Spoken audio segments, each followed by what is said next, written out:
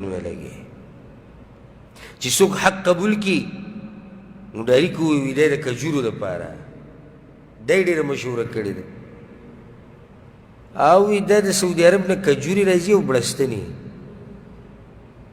کجوري او بړستنې راځي او جیوي په یو موز باندې دوی ته پیسې میلاویږي چې یو موز وکړي که نه نو په هغې باندې پیسې میلاویږي ما تاسو ته مخکې دا خبره کړې وه یو مجلس کې سپین ګیري دا خبره وکړه مشر سړی و وی دا وابیان په یو منځه باندې د 15 شریله میلاویږي دوی ته ویلی شوي دي چې په منځه کې به رفالدین کوئ او حکومت به دله څو ریاله درکوي 15 نو ما هغه ته دا ووایي ما حاجي صاحب دا ځای ما ته مو وښایه وی ولې ما یو خو به ستا دې خبرې حقیقت معلوم شي او دویم چې زه به ته هم ځان له پیسې رالم ربنا آتنا في الدنيا حسنة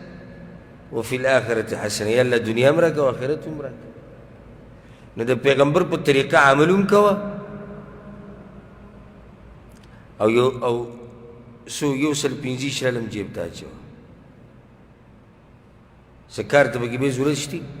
نشته ضرورت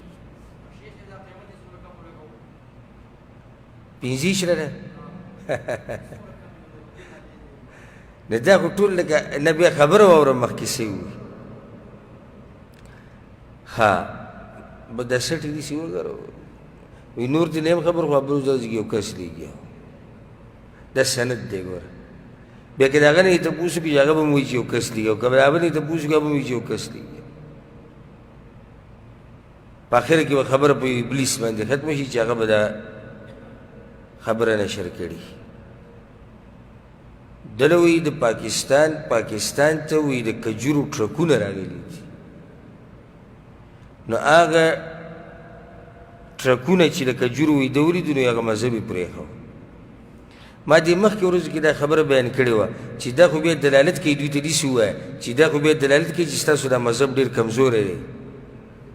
ولې کمزوری دی خلک دې په کجورو واوړي او خلک دې په بړستنو واوړي موږ دې څوک په بړستنو واړئ که نه موږ دې څوک په کجورو واړئ څوک دې واړئ موږ په کجورو خو دا خو دلالت کوي چې ستا دا مذهب کمزوری دی چې په کجورو دې خلک واوړي او په بړستنو دې خلک واوړي یو ابروز لیکه وایي دوی چې د پستې پستې خبرې کوي دا دې دلاسه کوي چې پستې پستې کجورې خوړلي نو کجورې خو اوچت نعمت دی د الله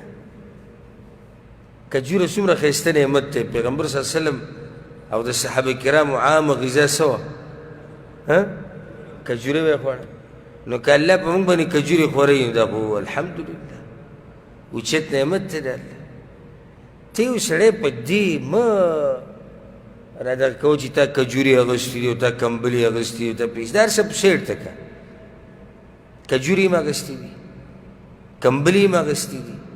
پیسې یې م اغوستي دي ته اوس په دلیل کې پړ که خبره ختمه شوه ستا دې سره څه کار دی کجورې اغوستي دا د خپله معامله پیسې اغوستې خپله معامله کمبلې اغوستې خپله معامله ته ورسره څه وکړه په کوم ځای کې پړ که د دلایلو په میدان